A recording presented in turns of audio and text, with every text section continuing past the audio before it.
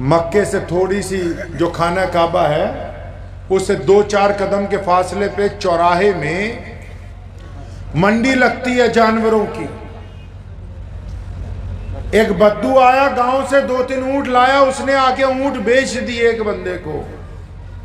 یہ آج کل ہی فیکٹری والے پیسے نہیں مار لیتے, آج کل ہی ہم مزدور کے پیسے نہیں مارتے, یہ رواج دنیا میں پہلے سے چلا آ رہا ہے.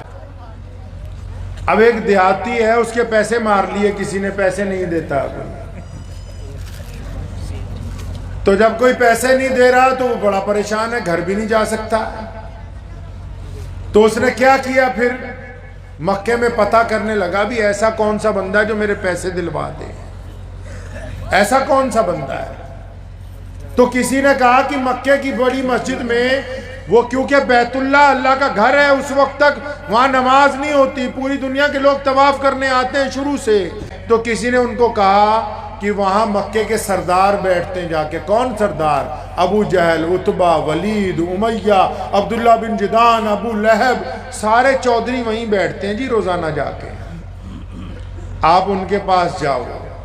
وہ سارے چودھریوں کے پاس گیا, وہ جس بندے کے اونٹ تھے, جا کے کہا ان کو کہ جی میرے کسی نے اونٹ لیے اور پیسے مار گیا, پیسے نہیں دے رہا. تو امیہ وہاں پر بیٹھا ہوا تھا.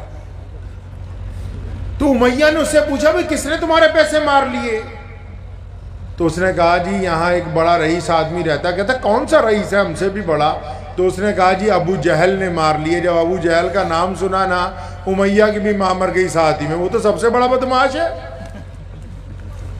مکے کا سب سے بڑا گنڈا وہی ہے, گورنر وہی ہے, سرکار اسی کی ہے وہاں. یہ سارے جتنے بڑے چودھری ہیں اس کے نیچے بیٹھتے ہیں, وہ تخت پہ بیٹھتا ہے. تو امیہ کو ایک بدماشی سوچی.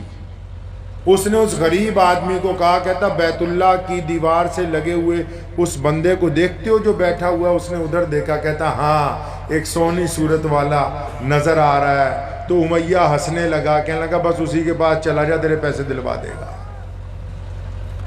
اب وہ بندہ بڑا حیران ہوا کہ مجھے رستہ بھی بتاتے ہیں, میرا مذاق بھی اڑا رہے ہیں. اب غریب آدمی مرتا کیا نہ کرتا.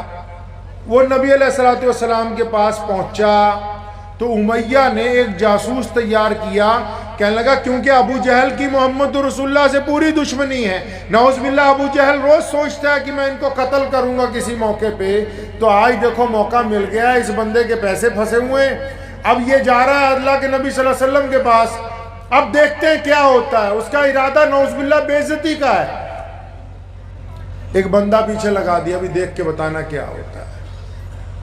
وہ دیہاتی کہتا ہے کہ میں رسول اللہ صلی اللہ علیہ وسلم کے پاس جب پہنچا, آقا صلی اللہ علیہ وسلم کی صورت دیکھتے ہی میرے دل میں ٹھنڈک اتر گئی, لیکن جو بات انہوں نے کہی اس سے مجھے بڑا حوصلہ ملا. مجھے دیکھتے ہی اللہ کے رسول نے فرمایا کہ مجھے تو دیہاتی بھی لگتا ہے, مسافر بھی لگتا ہے, بھوکا بھی لگتا ہے. کہنے لگا میری آنکھوں میں آنسو آ گئے. میں کہا جی میں دیہاتی بھی ہوں, مسافر بھی ہوں, بھوکا بھی ہوں. فرمایا اچھا اگلی بات بعد میں سنیں گے, گھر چلو پہلے تمہیں کھانا کھلائیں گے. اللہ کے نبی صلی اللہ علیہ وسلم اسے گھر لے گئے, کھانا کھلایا. پھر پوچھا آپ بتا کیا بات ہے. وہ جاسوس پیچھے پیچھے کہنے لگا جی میرے پیسے مار لیے ابو جہل نے, پیسے نہیں دیتا. رسول صلی اللہ علیہ وسلم نے اس کا ہاتھ پکڑا, فرمایا چل آپا پیسے دلوا دیتے تیرے ابو جہل سے. سیدھا اس کو لے کے ابو جہل کے گھر پہنچے, اس کا دروازہ کھٹکھٹایا زور سے. ابو جہل اندر سے نکلا. رسول اللہ صلی اللہ علیہ وسلم نے اس کو جلال سے کہا کہ غریبوں کے بھی پیسے مارنے لگا ہے اب تو, اب غریبوں کے بھی پیسے مارے گا, لے آ اس کے پیسے. ابو جہل کی آگے سے آواز ہی نہیں نکلی, کانپتا ہوا گیا, اندر سے پیسے لا کے دیناروں کی تھیلی اس بندے کے ہاتھ میں پکڑائی. اور رسول اللہ نے فرمایا آئندہ نہ کسی غریب کے پیسے مارنا. اور اتنا کہہ کے آپ صلی اللہ علیہ وسلم جب وہاں سے چلے ہیں, اس غریب کو پوچھا کہ اب ہمیں اجازت ہے جانے کی, آپ کا کام ہو گیا ہے, مسئلہ حل ہو گیا ہے. تو غریب جو ہے اس کو پتہ ہی نہیں کہ ہے کون سی ذات. ادھر جتنے چودھری تھے ان کو پتہ لگ گیا بھی ابو جہل تو بھیگی بلی بن گیا رسول اللہ کے سامنے. وہ تو سوچ رہے تھے آج تماشا ہوگا. پیارے نبی حضرت محمد رسول اللہ صلی اللہ تعالیٰ علیہ وسلم جب چلے گئے تو جاسوس نے جا کے بتایا جی ابو جہل نے تو پیسے دیتے. سارے چودھری اکٹھے ہو کے آئے ہو, کیسے پیسے دے دیے؟ ابو جہل نے کہا کہ جب رسول اللہ آئے تو ان کے ساتھ اتنا بڑا اژدہا تھا جو مجھے ہی نظر آ رہا تھا, اگر میں انکار کرتا تو مجھے نگل جاتا. پتہ یہ لگا کہ غریب کے ساتھ چل کے جانا اور پھر اس کی سفارش کرنا, اس کی مدد کرنا, یہ بھی محمد الرسول اللہ کی سنت ہے.